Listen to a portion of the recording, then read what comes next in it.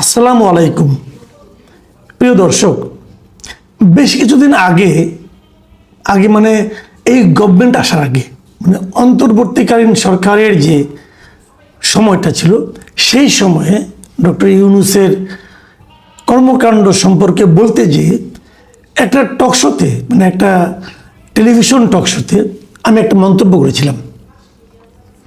সেই মন্তব্য নিয়ে তখন অনেকে আমাকে বলেছিল এই ধরনের কথা। আমি কেন বললাম? আমি যে কথাটা বলেছিলাম সেটা হলো যে আমি বুঝতে পারি না ডক্টর ইউনূস কিভাবে মানে এতগুলো অযোগ্য লোককে একত্রিত করতে পেরেছিল। এই জন্য ওনাকে একটা পুরস্কার দেওয়া উচিত। মানে এতগুলো অযোগ্য বলতে আমি বলেছিলাম উনি যাদের নিয়ে ক্যাবিনেট সাজিয়েছিলেন, যাদেরকে উপদেষ্টা বানিয়েছিলেন, তাদের যোগ্যতা সম্পর্কে, তাদের অযোগ্যতা সম্পর্কে, তাদের বৈশিষ্ট্য সম্পর্কে বলতে যে আমি কথাটা বলেছিলাম যে এতগুলো অযোগ্য লোক উনি কিভাবে একত্র করলেন।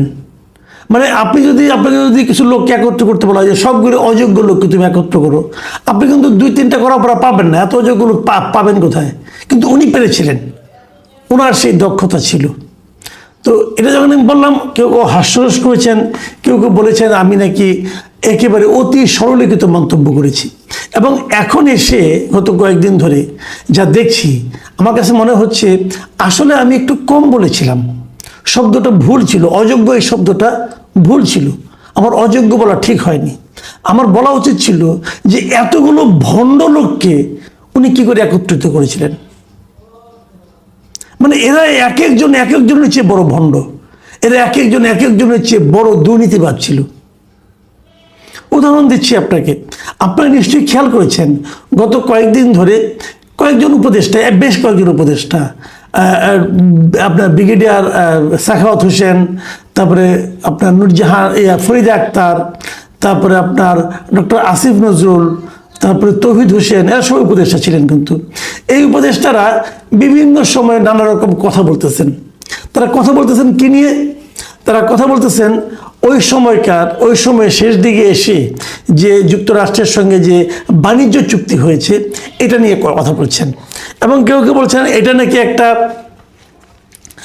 কিচেন ক্যাবিনেটের মাধ্যমে হয়েছে, যেখানে খুব কম লোক ছিলেন। আবার কেউ কেউ বলতেছেন এটা কেবল ডক্টর খলিলুর রহমান এবং বাণিজ্য সচিব ওই সময় যিনি ছিলেন শেখ বশিরউদ্দিন, এই দুইজন এবং তার সঙ্গে ইউনূস সাহেব, এই তিনজনের আগ্রহে হয়েছে। নানা রকম কথা। আজকে আমি ইন্টারেস্টিংলি একটা আপনার ফটো কার্ড দেখলাম, যে সেই ফটো কার্ডটা আপনাদের দেখাচ্ছি, আপনারা দেখেন। সেখানে বলা হচ্ছে সব দোষ ডক্টর ইউনূসের, আমি কিছু জানি না। এখানে ওই যে চারজনের নাম একটু আগে আমি বললাম সেই চারজনের ছবি দিয়ে তারা কে কি বলেছেন সেটা লেখা আছে। আমি বরং পড়েই শোনাই কে কি বলেছেন। সাখাওয়াত সাহেব বলেছেন ডক্টর ইউনূসের কিচেন ক্যাবিনেট ছিল, আমাকে রাখা হয়নি। আমি দ্ব্যর্থহীনভাবে বলতে চাই আমি সেখানে ছিলাম না, এটা বলেছেন ব্রিগেডিয়ার সাখাওয়াত। আর ফরিদা আক্তার বলেছেন বাণিজ্য চুক্তির আওতায় সস্তায় মাংস, পোলট্রি ও প্রাণীজ পণ্য আমদানির তীব্র বিরোধিতা করেছি। শেষ দিন পর্যন্ত এই চুক্তির বিরুদ্ধে লড়েছি, চুক্তি ঠেকাতে পারিনি। আর তৌহিদ হোসেন সাবেক পররাষ্ট্র উপদেষ্টা, তিনি বলেছেন পরে জানতে পারি প্রধান উপদেষ্টার নেতৃত্বে 6 জন উপদেষ্টা প্রতি মঙ্গলবার বৈঠক করেন, যাকে কিচেন ক্যাবিনেট বলা হতো। সব সিদ্ধান্ত সেখানে হতো। মার্কিন চুক্তির বিষয়ে আমি বা পররাষ্ট্র মন্ত্রণালয় অবহিত নয়। আর ডক্টর আসিফ নজরুল বলেছেন মার্কিন চুক্তি নিয়ে ডক্টর ইউনূস আমাকে ডাকেননি। আমি এই চারটা একটু বিশ্লেষণ করি আপনাদেরকে। যেমন আমি মানে মোটামুটি বোঝা গেল যে ওনারা বলতে চেয়েছেন যে ওনারা জানতেন না, ওনারা বিরোধিতা করেছেন, এই ধরনের একটা চুক্তি হওয়ার ব্যাপারে ওনাদের আপত্তি ছিল। ব্রিগেডিয়ার সাখাওয়াত অবশ্য এই চুক্তি নিয়ে বলেননি। উনি বলেছেন যে ডক্টর ইউনূসের একটা কিচেন ক্যাবিনেট ছিল, ওখানে সব কিছু হতো। তো এই যে ছিল, এই যে তারা চুক্তিটা করলো, আপনি তো পছন্দ করেননি, আপনি আপত্তি করেছেন।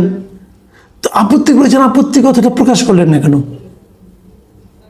আপত্তি কথাটা আপনি এখন বলছেন, মানে সেই অন্তর্বর্তীকালীন সরকারের একজন উপদেষ্টা হিসাবে সমস্ত সুযোগ সুবিধা ভোগ করার পর যখন ওই সরকারের মেয়াদ শেষ হয়ে গেছে, এখন আপনি সাধু সাজতেছেন। তখন আপনার এই সাধুগিরি কোথায় ছিল? এই যে বানিয়ে বানিয়ে নিজেকে সাধু প্রমাণ করার প্রচেষ্টা, এটাকে বলা হয় ভণ্ডামি। আপনি আরো যা কয়দিন দেখবেন অনেকেই বলবে, আসিফ মাহমুদ সজীব ভুঁইয়া বলতেছেন ওখানে একটা ডিপ স্টেট ছিল, ডিপ স্টেট তাদের কি করতে চেয়েছিল, তো তখন বললেন না কেন? তখন বললেন না কেন? মাহফুজ আলম তিনি অনেক কাহিনী জানি, মানে জ্ঞান গর্ব কথা বলতেছেন, তখন বললেন না কেন? তখন আপনারা পদত্যাগ করতে পারতেন, বলতে পারতেন এতে দেশের ক্ষতি হবে। তহিদ হোসেন সাহেব বলছেন, উনি কি বলছেন, তুমি নাকি 3 বার পদত্যাগের কথা ভেবেছেন, মানে বলেননি, কিন্তু বলতেন 3 বার পদত্যাগ কিন্তু দিয়েছিলাম তাহলে বুঝতাম, তা না, উনি ভেবেছেন, কিন্তু সরকারের ভাবমূর্তি নষ্ট হবে এটা ভেবে আর পদত্যাগ করেননি। আপনার কাছে সরকারের ভাবমূর্তি বেশি না এই দেশের ভবিষ্যৎটা বেশি? এই সমস্ত লোক তো ভণ্ডের ভণ্ড, চূড়ান্ত ভণ্ড। এই ভণ্ডরা এখন মহানায়ক সাজতেছেন, সাধু সাজার চেষ্টা করতেছেন। কি বলবেন? আপনি পারতেন তখনই বলতেন, কেন হয় নাই বাংলাদেশে এরকম? এর আগে যে ডক্টর ইয়াজউদ্দিন আহমেদ উনি যখন প্রেসিডেন্টও ছিলেন, উনি যখন প্রধান উপদেষ্টা ছিলেন, একই সঙ্গে 2টো পদেই ছিলেন, তখন কি 4 জন উপদেষ্টা পদত্যাগ করেননি? করেছিলেন, আপনারা করলেন না কেন? আপনি বলতেন যে এটা আমি এর সঙ্গে একমত না, আমি করবো না, এটা আপনি প্রকাশ করতেন, জনগণকে জানাতেন, জানালেন না কেন? সমস্ত গুড় মধু খাওয়ার পরে এখন সাচ্ছেন সাধু না? এই সাধুদেরকে চেয়ে রাখেন আপনারা, আমি জনগণকে বলছি, এদেরকে চিনে রাখেন। সমাজে যেখানে এরা যাবে এদেরকে সম্মান করবেন না। আমি অপমান করতে বলি না, মব করতে বলি না, বাট আমি বলছি এদেরকে সম্মান দেখাবেন না। এরা কেউ সম্মানের যোগ্য নন। ফরিদা আক্তার এত কিছু করেছেন, ওনার হাজব্যান্ড ফরহাদ বাজার এখন বিপ্লবী বিপ্লবী কথাবার্তা বলেন। তখন তো আপনার ঘরেই থাকতেন, উনি প্রতিদিন অফিস থেকে তো আপনার ঘরেই ফিরতেন। বললেন না কেন পদত্যাগ করতে থাকে? বললেন না কেন এই বিষয়গুলি জনগণের সামনে আনতে? বলেননি। এরা সবাই গিয়েছিল যার যার নিজস্ব স্বার্থ চরিতার্থ করার জন্য।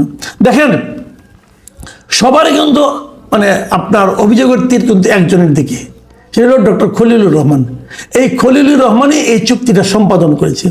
চুক্তিটা কত খারাপ আপনারা যেটা জানতে চান, আজকে একটা দৈনিক প্রথম আলোতে একটা নিউজ বেরিয়েছে, আপনারা পারলে পড়ে দেখেন। এটা ডক্টর প্রফেসর আনু মোহাম্মদ জাহাঙ্গীরনগর ইউনিভার্সিটির টিচার ছিলেন, ইকোনমিক্সের অর্থনীতি শিক্ষক ছিলেন।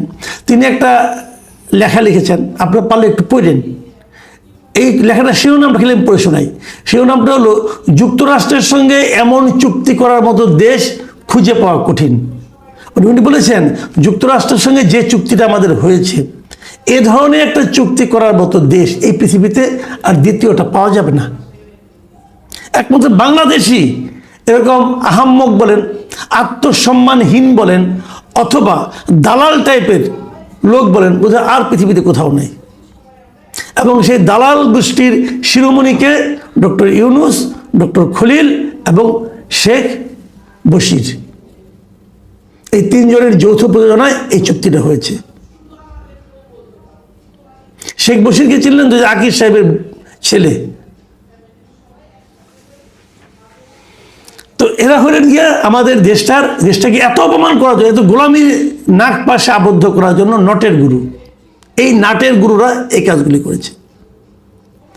দেখুন এরা কতটা ব্যক্তি স্বার্থের জন্য লালায়িত। এই যে ডক্টর খলিল, একে আবার কোন বিবেচনায় এই সরকারের পররাষ্ট্রমন্ত্রী বানাইছে এখন আমি জানি না। এই প্রশ্নটা যেদিন ওনার নামটা দেখেছি আমি ওই দিন থেকেই প্রশ্ন করছি যে হোয়াই ডক্টর খলিল। আমি শেষ পর্যন্ত নিজের থেকেই একটা সিদ্ধান্তে উপনীত হয়েছি, সেটা হলো হয়তো এই খলিল এই সরকারকে এক ধরনের জুজুর ভয় দেখিয়ে রেখেছে। হয়তো আমেরিকা খলিলকে এখানে ঢুকিয়ে দিয়েছে, বপন করেছে যে খলিলকে রাখতে হবে, নাহলে আমরা তোমাদেরকে কিন্তু ক্ষতি করব। আমেরিকার ভয়ে এক একজনের হাত পা কাঁপাকাঁপি করতেছে এই সরকারের। এত ভীতু সরকার দিয়ে আমরা কি করবো এটা আমি বুঝি না। ডক্টর খলিল এখানে আছেন এবং এটাও শোনা যাচ্ছে আমেরিকা নাকি এমন ভয় দেখাচ্ছে যে ডক্টর ইউনূসকে নাকি কোনো একটা পদে বসাতে হবে, সেটা রাষ্ট্রপতি হলে এটা কি ভালো হয়। শোনা কথা জানি না এখন পর্যন্ত। এখন ডক্টর খলিল কি করছেন? আমি ওনার সম্পর্কে একটু বলি, তাহলে বুঝবেন আপনারা। এই লোক প্রথমে কথা উঠেছিল সে বাংলাদেশের নাগরিক কিনা, তারপরে সে দাবি করলো না আমার আমেরিকার নাগরিকত্ব নেই বাংলাদেশ ছাড়া। আমার প্রশ্ন হলো, আপনি 24-25 বছর যে আমেরিকায় ছিলেন, কীভাবে ছিলেন ভাই? আপনি কোন প্রক্রিয়ায় ছিলেন? আপনি অবৈধ হিসেবে ছিলেন?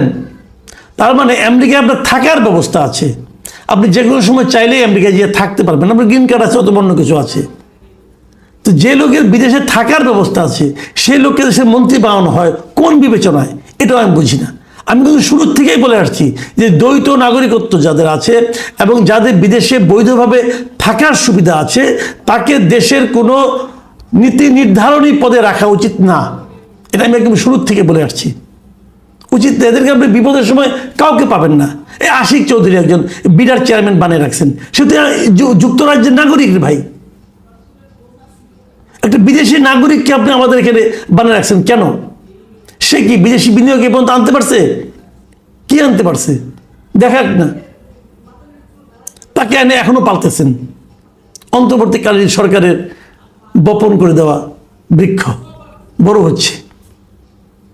ডক্টর খলিল দেখেন কি করছে। এর মধ্যে আজকে একটা দ্য টাইমস অফ বাংলাদেশ নামক একটা পত্রিকা, ওদের এখানে পড়লাম একটা নিউজ যে উনি নাকি 1 বছরের জন্য একটা ছুটির চিন্তা করতেছেন। 1 বছরের ছুটি নেবেন। এটা কিভাবে? এই যে আসছে 2 তারিখে জাতিসংঘের সাধারণ পরিষদের সভাপতি নির্বাচিত হবে। এই নির্বাচনটা প্রতি বছর বছর হয়, যখন হয় তখন একটা নির্দিষ্ট এলাকার এরিয়া হয়ে হয়। যেমন এইবার এই এশিয়া অঞ্চলে থেকে একজন করা হবে। এই জন্য এই পদের জন্য 2 জন প্রার্থী আছে, একজন হলো সাইপ্রাসের, একজন হলো বাংলাদেশের।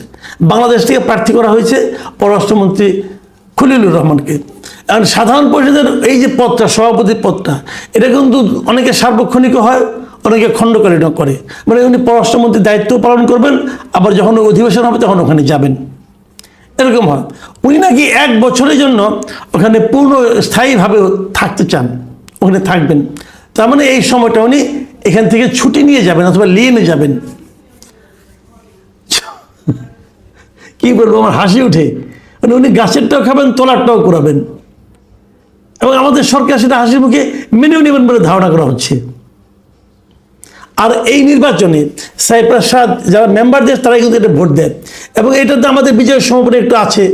এই কারণে সাইপ্রাসের প্রার্থী আমাদের মতো অতটা তৎপর হতো না, কারণ আমাদের প্রার্থী যিনি আছেন খলিলুর রহমান, উনি কিন্তু সরকারি টাকায় দুনিয়ার বিভিন্ন দেশে ঘুরে বেড়াচ্ছেন নিজের এই পদে নির্বাচনে যাতে ভোট পান তার তদবির করার জন্য, তার প্রচার করার জন্য।